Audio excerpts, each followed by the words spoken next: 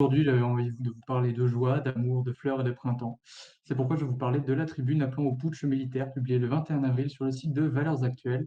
On va passer un super moment, vous allez voir. Donc, pour recontextualiser, Valeurs Actuelles, le média bien connu pour ses positions très très à droite, même si ces derniers temps le climat politico-médiatique fascisant participe de plus en plus à les rendre mainstream, a publié sur son site une tribune de militaires, dont certains à la retraite ou radiés de l'armée, appellent les dirigeants de la nation à prendre leur courage pour éradiquer les dangers qui menacent la France. Alors, de quel danger est-ce qu'on parle? Du Covid, des files d'attente au Resto du Cœur?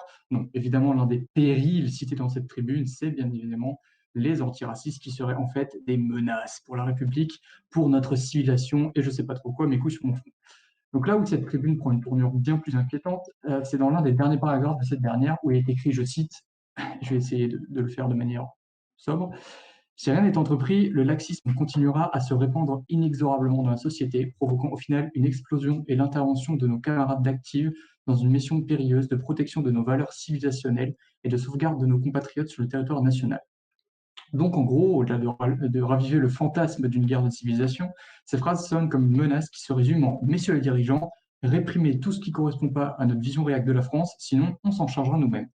Donc ces militaires veulent nous monter les uns contre les autres, tout en ravivant les fantasmes d'une France qui serait grande car les minorités, les révoltés, les anticonformistes sauraient fermer leur gueule face à l'ordre et la morale. Une France bien blanche où tout se réglerait à grands coups de rangers dans la gueule, une France qui en somme n'a jamais vraiment existé. Et le plus inquiétant dans tout ça, ce sont les réactions politiques autour de cette tribune, à commencer par Marine Le Pen qui s'y est engouffrée, disant souscrire à leur analyse. Marine Le Pen, qui, je vous le rappelle, est annoncée au second tour de la présidentielle. Hein. Pour ceux qui la trouvent dédiabolisée, c'est raté. Contrairement à Le Pen, la gauche s'est indignée, et heureusement, j'ai envie de dire, mais le gouvernement, hein, il pense quoi, le gouvernement? Alors, heureusement, il s'est indigné, mais ça a quand même mis du temps. Hein. Tu sens que le putsch militaire d'extrême droite, c'est dangereux pour la démocratie, mais bon, quand même moins que les menus véganes ou les réunions non mixtes, qui, eux, suscitent un émoi profond et une polémique incessante. D'ailleurs, les macronistes pourront bien continuer à faire semblant de condamner et à s'indigner. Ce genre d'atmosphère les arrange, car ils savent bien que l'extrême droite au second tour, face à eux, permettrait d'agiter la menace de l'extrême droite au pouvoir pour s'accaparer les votes d'un électorat effrayé par le RN, mais bien trop timide et peureux, pour tenter d'enfin tout remettre à plat et créer un nouveau système démocratique plus libre, plus égalitaire, plus fraternel. D'ailleurs, petite parenthèse, mais cette politique autoritaire, violente et raciste, c'est aussi celle menée en partie par le pouvoir, qui n'hésite pas à faire la chasse aux universitaires qui seraient un peu trop de gauche, à lacérer les tentes de migrants, etc., etc. Je referme la parenthèse.